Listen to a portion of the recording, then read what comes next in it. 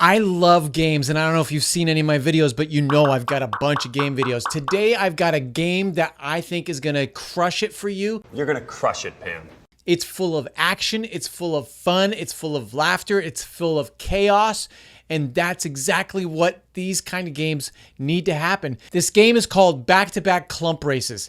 And I know maybe you're sick and tired of doing screen games, and you're running out of physical games that you can do with everybody. I've got one for you today. Hey, my name is Eric with a K, and I'm the host of the Practical Youth Ministry Tips podcast, and I'm so excited that you've joined me today. We played this game this past week, and I'm telling you, it was fun. Like I said, it was chaotic. It was full of laughter. I've got a pro tip at the very end of the video you don't want to miss out to make sure that you play the game the best way possible. So let me explain how back-to-back clump races works. First, you have everybody partner up with one other person. Grab a partner. And they will get back to back where they and lock arms with each other. And they have to have at least 1 foot up against the wall where they're starting. And it's a race to go across the finish line. So the finish line goes all the way across so everybody has the same opportunity to try to win. And on go, they have to go connected by their arms and race across the finish line.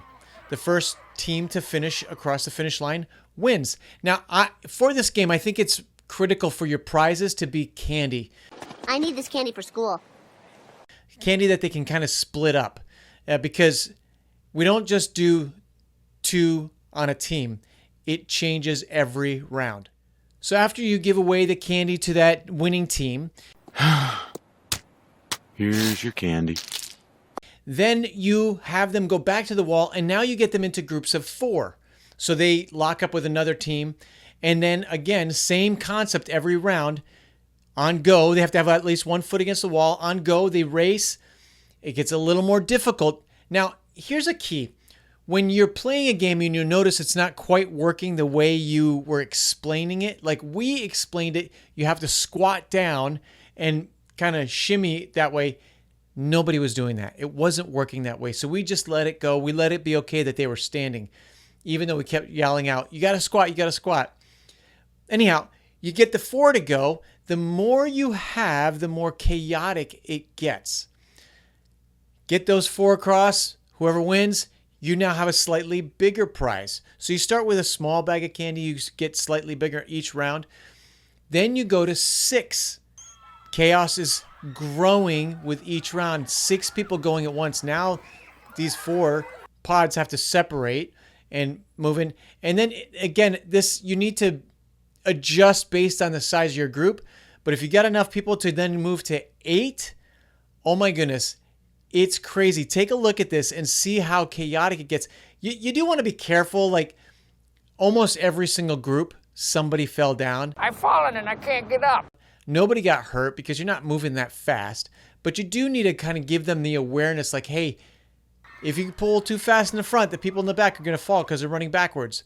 So that would be a helpful tip. And each round, the prize gets slightly bigger, like I said, and it gets more chaotic. It is a really fun game. Our students loved this game. I love this game! They totally got into it.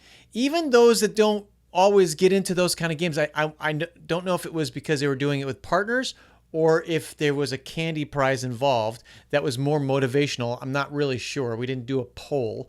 But early polls lead... I'm just kidding. We're not going to get political. Okay, it's time for the pro tip.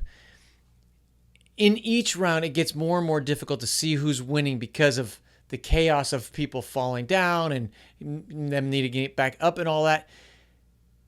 What we do is we have volunteers, leaders, standing at the finish line watching down the row. And I'd do a double pro tip.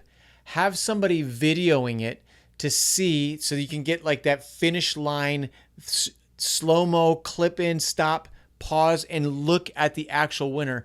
But what we did, there was a team that tied, and so we just let one player from each team rock, paper, scissors it to see who won, and that was the team that ended up winning the prize. So it's a super fun game. Now, here's the deal. I've got a whole playlist of games here, and you can check out, if you want another game that's super fun, check out this video. I love these videos, and I think you'll be encouraged.